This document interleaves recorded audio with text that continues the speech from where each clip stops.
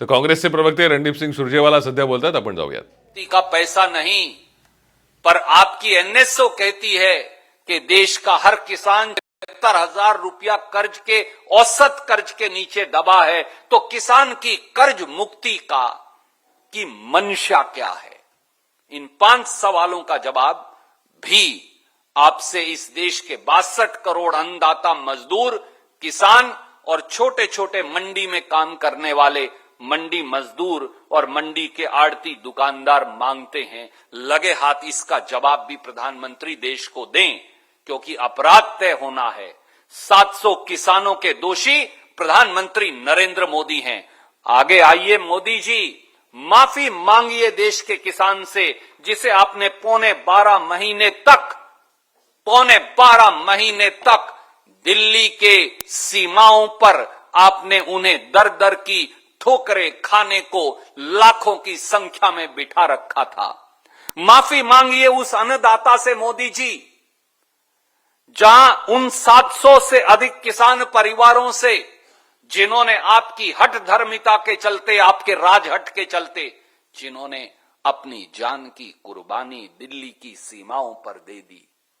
माफी मांगिए मोदी जी लखीमपुर खेड़ी उत्तर प्रदेश के उन किसानों से जिनको आपके गृह राज्य मंत्री के बेटे ने जीप के टायरों के नीचे कुचल डाला.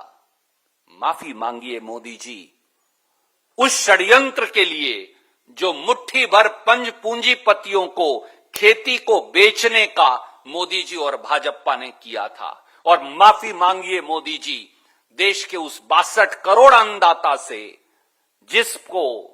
जिसकी प्रताड़ना आपने की, जिसकी यातना आपने की, जिसे आपने नक्सलवादी और उग्रवादी बताया, जिस किसान और जवान जिसका बेटा है और किसान खुद है, जिसको आपने यातनाएं दी और जिसके रास्ते में नश्तर बिछवाए और जिसे खुद के देश की राजधानी में आने पर प्रतिबंध लगाया.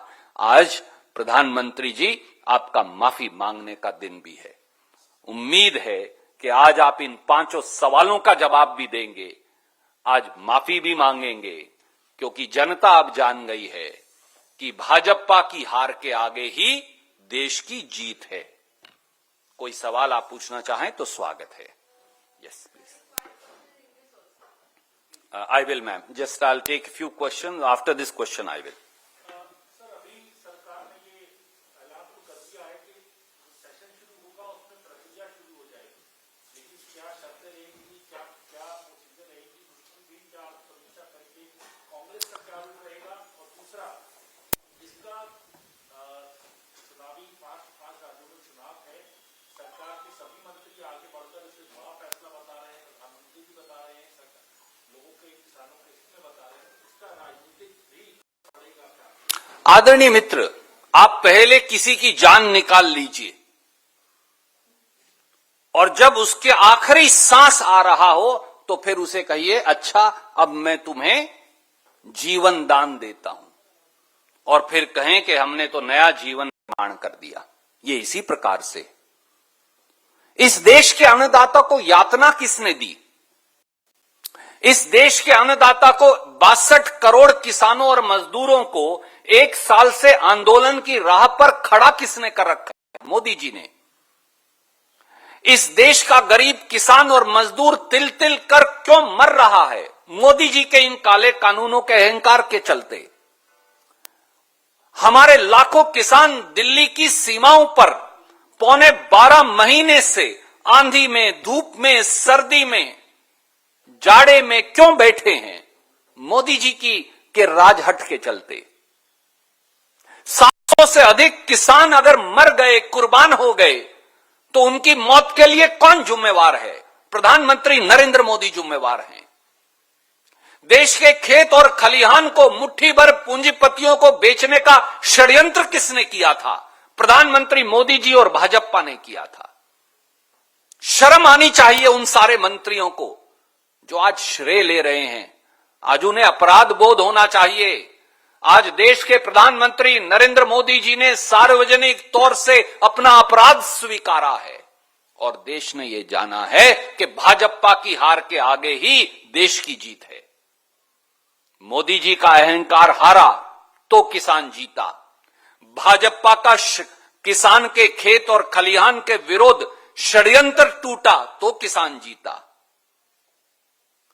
मोदी जी और भाजपा के पूंजीपति मित्र जब खेत और खलिहान को नहीं खरीद पाए तो किसान जीता।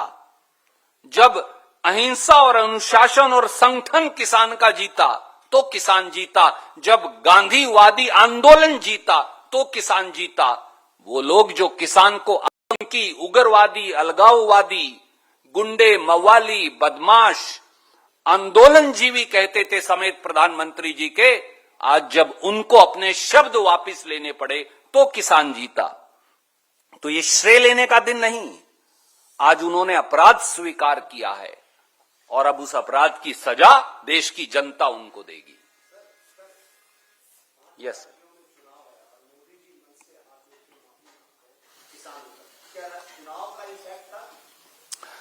आदरणीय मित्र, उपचुनाव में जो हुआ भाजपा के साथ वो पूरे देश ने देखा।